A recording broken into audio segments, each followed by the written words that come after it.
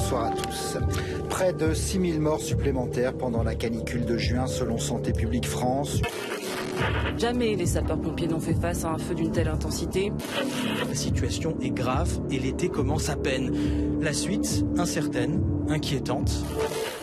Canicule et méga-feux, les phénomènes climatiques extrêmes ont des répercussions sur le moral. Les premiers touchés sont forcément les victimes, à l'image de ce couple originaire du Porge qui découvre ce qu'il reste de sa maison.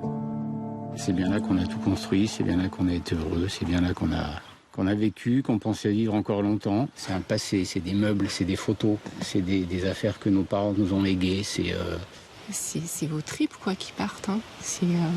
C'est toute une vie. Des événements à répétition qui viennent nourrir davantage un sentiment dit d'éco-anxiété. Selon une étude de l'ADEME, c'est un Français sur 4 qui serait concerné. Depuis quelques années, cette psychologue dit voir de plus en plus de patients en prise avec ce malaise, des jeunes surtout. Plus ils sentent qu'il y a une inaction ou en tout cas des actions qui ne sont pas à la hauteur, plus l'éco-anxiété est forte. La souffrance n'est pas juste l'inquiétude à un niveau individuel, mais c'est l'expression d'un sentiment un peu d'abandon d'une génération par rapport à une autre, ou en tout cas du sentiment qu'on n'est pas entendu sur ces questions-là. Alors, comment prendre en charge l'éco-anxiété ? Ce ressenti est-il une invitation à agir ou une manifestation d'un certain fatalisme ? Notre météo intérieure est-elle déterminée par les mutations climatiques ? Et pour en débattre ce soir, nous recevons Albert Moukébert. Bonsoir. Bonsoir. Vous êtes docteur en neurosciences et psychologue clinicien. Votre livre Neuromania, le vrai du faux sur votre cerveau est paru aux éditions Alary. Alors selon vous, les incendies ont généré chez les victimes une anxiété extrême et un état d'alerte constant. La majorité d'entre elles ne développeront pas, dites-vous, pour autant de troubles post-traumatiques. À vos côtés, Martin Hirsch, bonsoir. Bonsoir. Vous êtes ex-directeur général de l'AP-HP, président de l'Institut de l'engagement. Vous avez publié Les Solastalgiques chez Stock en 2023.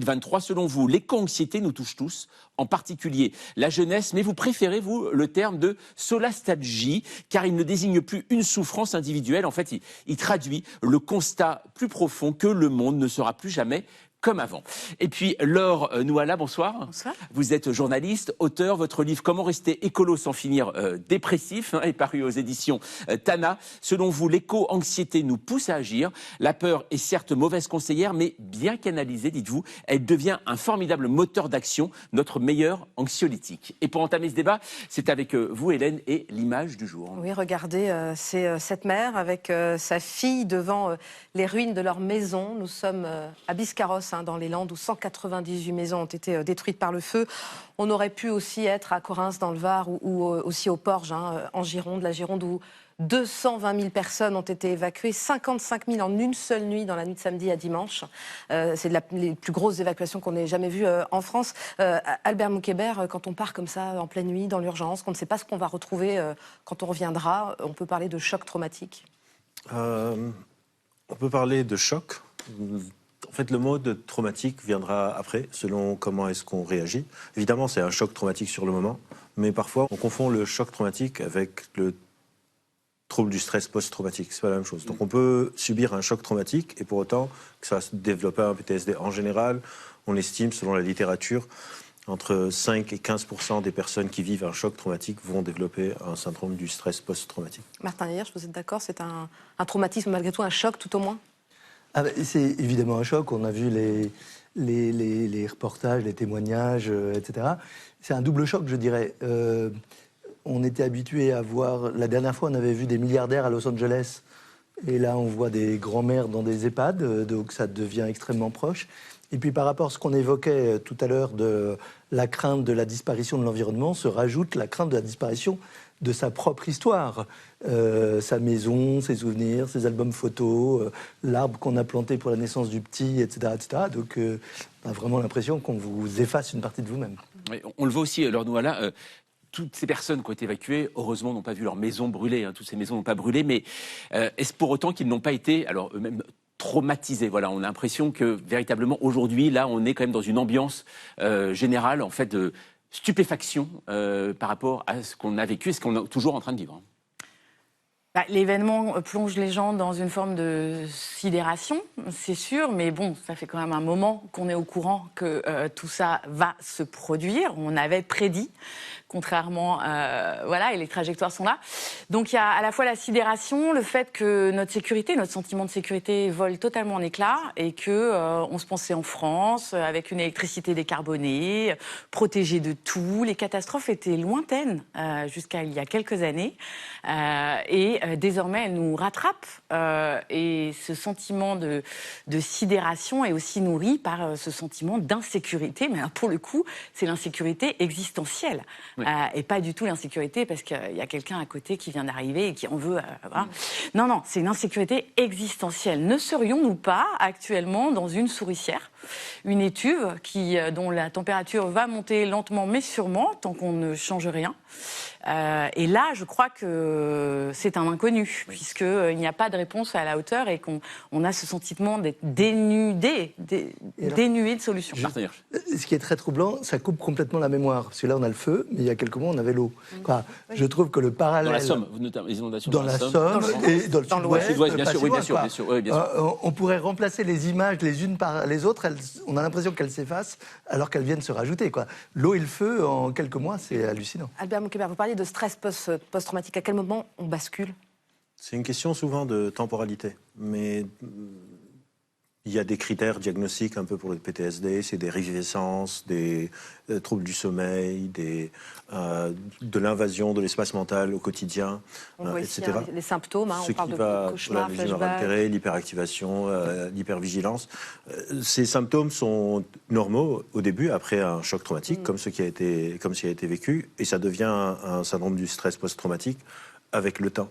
Après, quand on parle de sidération, etc., c'est un peu ce qui était en train d'être dit. C'est-à-dire, il y a une différence entre les personnes qui le vivent, mais ce qui est aussi parfois intéressant, c'est qu'il y a une sorte de sidération dans la manière dont on couvre ces événements, alors que c'est su, c'est prévu.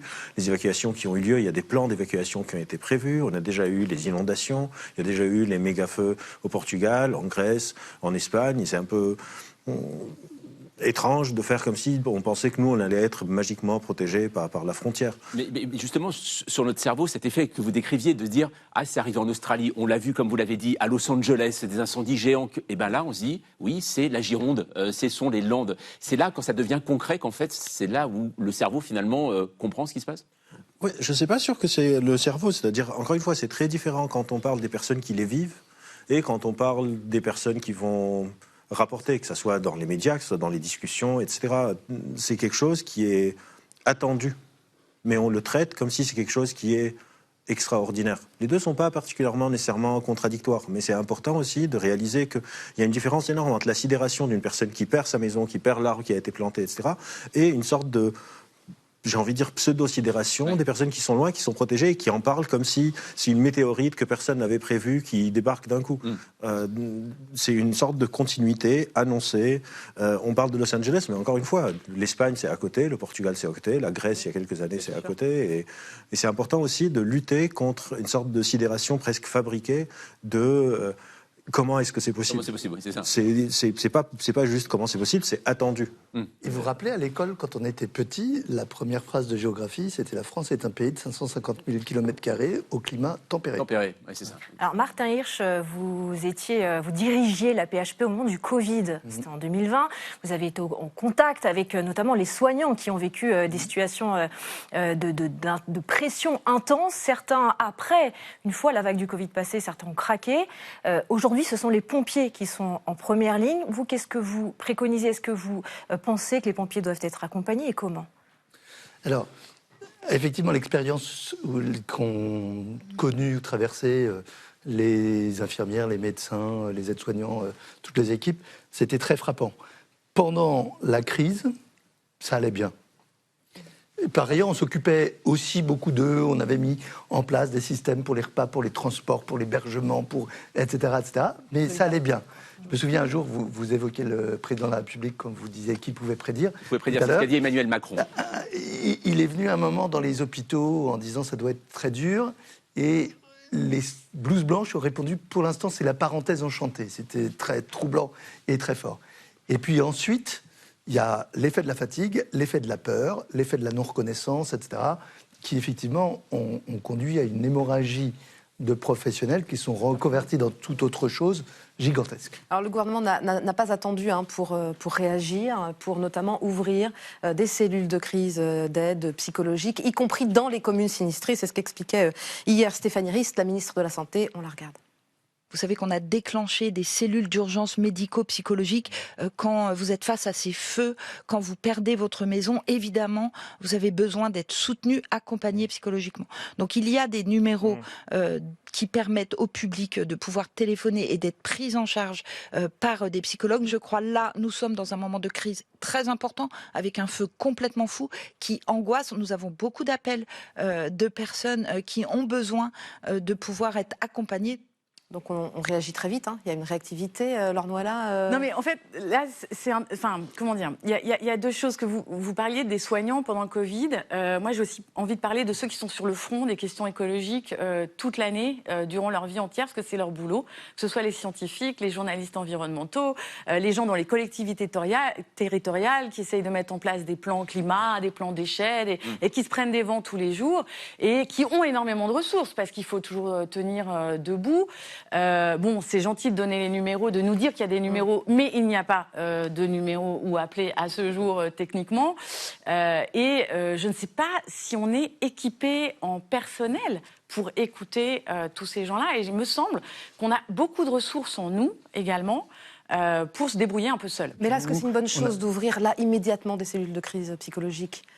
Ça dépend de comment. En fait, pendant longtemps, on pensait que les cellules de crise, c'était quelque chose de très bien. Et après, on a découvert qu'il y a certaines méthodes qui sont appliquées qui empirent les traumas, notamment suite à des tremblements de terre, à des catastrophes naturelles, pas nécessairement des incendies. Parce que souvent, c'était en train de cristalliser un peu le trauma en demandant aux gens qu'est-ce que vous avez vécu, qu'est-ce que vous avez perdu, etc. Je suis sûr que les psychologues qui font ces cellules, une fois qu'on aura les numéros,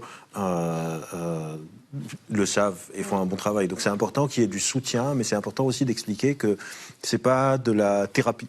C'est vraiment une approche très spécifique aux catastrophes, aux expériences traumatiques, de soutien. Après, c'est encore autre chose, les personnes qui ont perdu leur maison et les pompiers, les personnes qui sont en train de lutter contre le feu. C'est pas les mêmes techniques, c'est pas les mêmes profils, etc. Alors un mot aussi, Laure Noëlla, qui revient souvent, et il y a un autre mot justement qui est en contradiction avec le vôtre, Martin Hirsch, c'est ce mot éco-anxiété. Est-ce que ce qu'on vit en ce moment, même si on a compris qu'il y avait beaucoup de gens qui se battaient et qui depuis longtemps essayaient de combattre ce terme, mais l'éco-anxiété aujourd'hui, est-ce que ce qu'on vit en ce moment, est-ce que c'est en train de la nourrir, de la faire grossir ?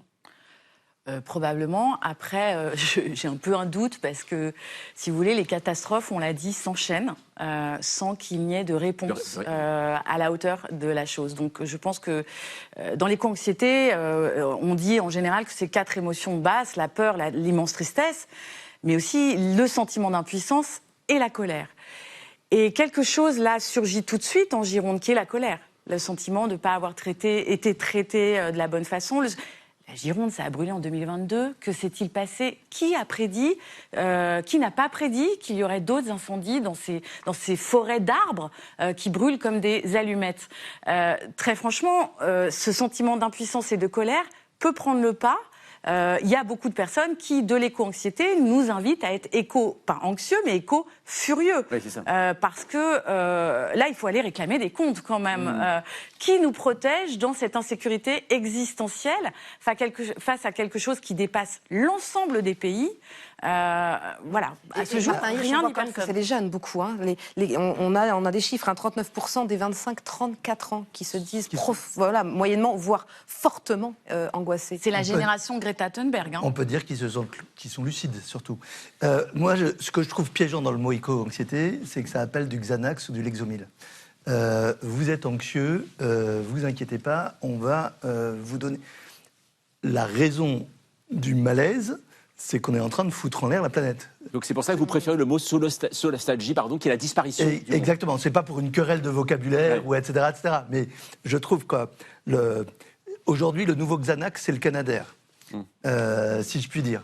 Je pense qu'on va sortir de la crise, pas forcément en revoyant les modèles économiques, les modèles sylvicoles, les modèles de développement, les modèles d'urbanisation, les modèles de chauffage, mais peut-être en disant on va faire des stocks de canadair, comme on est sorti du Covid, non pas en disant on va revoir un certain nombre de règles de commerce, d'hygiène, d'échange, mais en faisant des stocks de masques. Oui. Alors c'est hyper bien les stocks de masques, et ça serait mieux qu'il y ait 3 fois plus de canadair, mais ça ne va pas sauver la planète. C'est ça. Mais ils servent aujourd'hui en tout cas les stocks de masques. Et donc les jeunes, juste une anecdote sur les jeunes. Oui, pardon, en 2 secondes.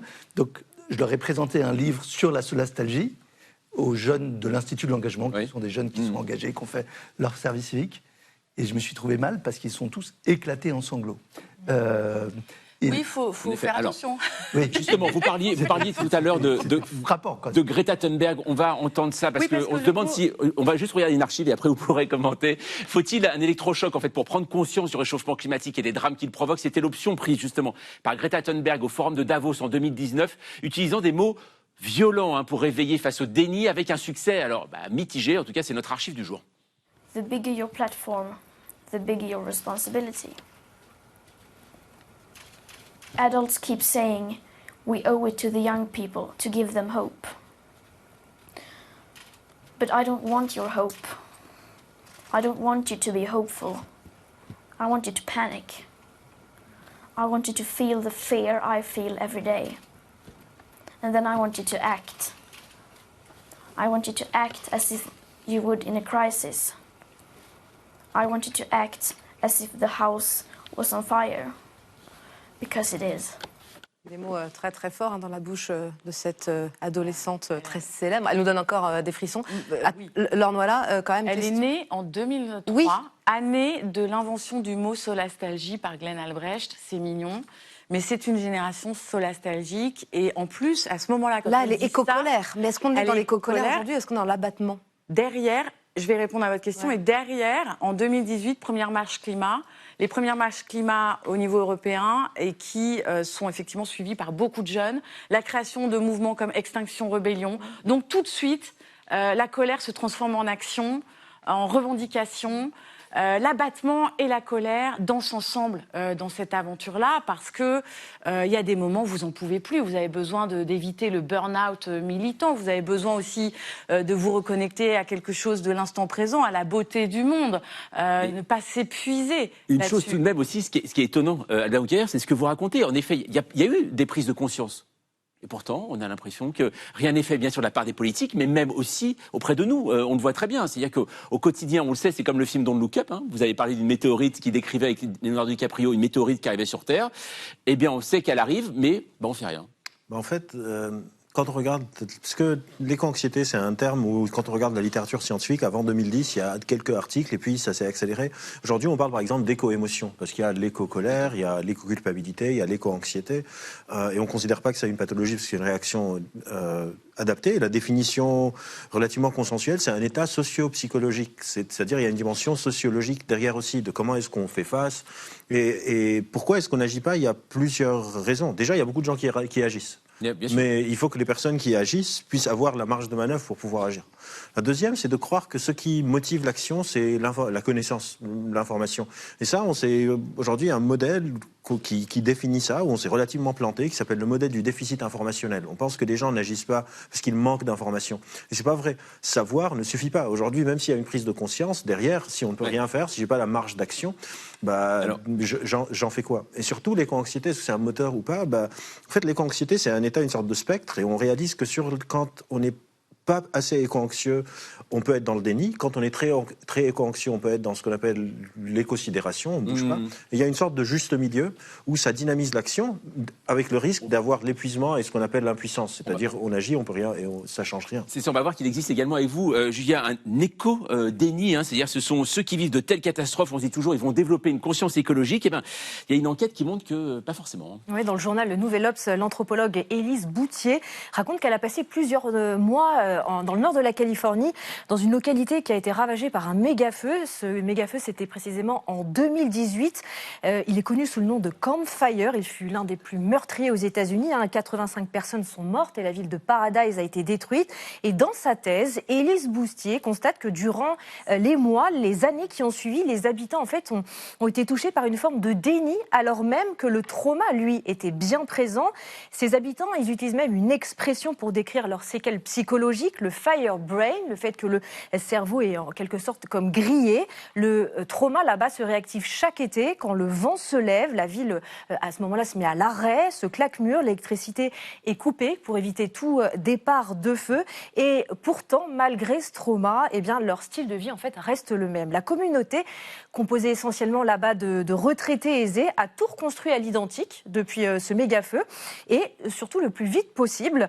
Élise Boustier raconte même qu'un an après le méga-feu, la communauté a organisé une fête foraine, comme s'il fallait passer à autre chose et très rapidement, à tel point que quand l'anthropologue a demandé aux habitants quelle était selon eux la cause de ces feux, eh bien ils ont répondu c'est à cause du vent ou c'est parce que les pompiers n'étaient pas assez rapides, mais ils n'ont pas évoqué cette question du réchauffement, d'où cette notion donc de déni climatique. Martin Rich, on voit donc que même dans ces cas-là, quand il y a eu un méga feu, eh bien parfois ça ne réveille pas donc cette conscience écologique. Comment vous l'expliquez ? Absolument, pardon. Et je ne sais pas l'expliquer complètement, sauf que parfois on a envie de... je penserais au déni de grossesse qui a fait l'effet d'hiver hier. C'est une forme de dissociation peut-être ? J'imagine qu'il y a quelque chose aussi d'un peu particulier dans les zones du cerveau qui fait cela. Mais je pensais à une étude sur l'éco-scepticisme, c'est-à-dire ceux qui pensent que le réchauffement n'existe pas et que le gouvernement, quand il parle de réchauffement, c'est juste pour nous emmerder, etc. Il y a une étude qui a été faite dans 20 pays par l'OCDE qui est absolument fascinante et qui regarde à même catégorie socio-professionnelle, même niveau d'études, qu'est-ce qui fait que vous êtes éco-sceptique ou que vous croyez au réchauffement climatique. Et ceux qui sont éco-sceptiques sont plus souvent ceux qui sont coupés des transports en commun. Quand vous êtes bien desservi, vous pouvez croire... Alors pourquoi ? Parce qu'effectivement, vous dites, on nous invente cette histoire de réchauffement pour me laisser dans mon isolement et on ne s'occupe pas de moi. Ouais. Donc, je crois véritablement que la meilleure lutte, c'est effectivement de pouvoir donner aux gens des solutions qui ne sont pas la privation. On n'a plus vraiment beaucoup de temps, Laure, mais je voudrais juste vous entendre sur ce dont vient parler Julia, sur cet éco-déni. On est aux États-Unis. Voilà. Vous pensez que c'est propre aux États-Unis, ça ? Oui, les États-Unis sont climato-négationnistes. Excusez-moi, j'utilise ce terme-là vraiment parce que ça vient percuter. Enfin, je dis depuis George Bush Junior. Voilà, le mode de vie américain n'est pas négociable. Voilà. Ils sont en dehors d'une certaine réalité. Certains, bien sûr, pas tous. Ouais. Ceux-là, oui, précisément, votre maison est comme ça et vous la reconstruisez le plus vite possible. Et par ailleurs, ils ont des réfugiés climatiques, ils sont sujets à plein de catastrophes naturelles. La Floride est balayée par des ouragans de force 5. Oui, bien sûr. Voilà, ils ont des assureurs qui s'en vont. Ils vivent quand même aussi ce truc. Mais on ne négocie pas avec le confort et ça peut nous intéresser, nous aussi en Europe, parce que c'est pas dit que demain, on change de comportement du tout au tout. Bien sûr, oui, c'est ça. Voilà, donc c'est cette perte de notre mode de vie qui est en question. Une fois que vous êtes sorti de l'éco-anxiété, l'action politique et l'action de quelle bifurcation pour nous, elle est fondamentale et là, personne ne la pense. Voilà, c'est fini le steak, les voitures, les avions à 15 € pour aller à Marrakech. On a bien entendu, fini, en tout cas. Mais là aussi, merci en tout cas à vous trois. On a appris beaucoup de mots, en tout cas, ce soir en même temps. Merci à vous.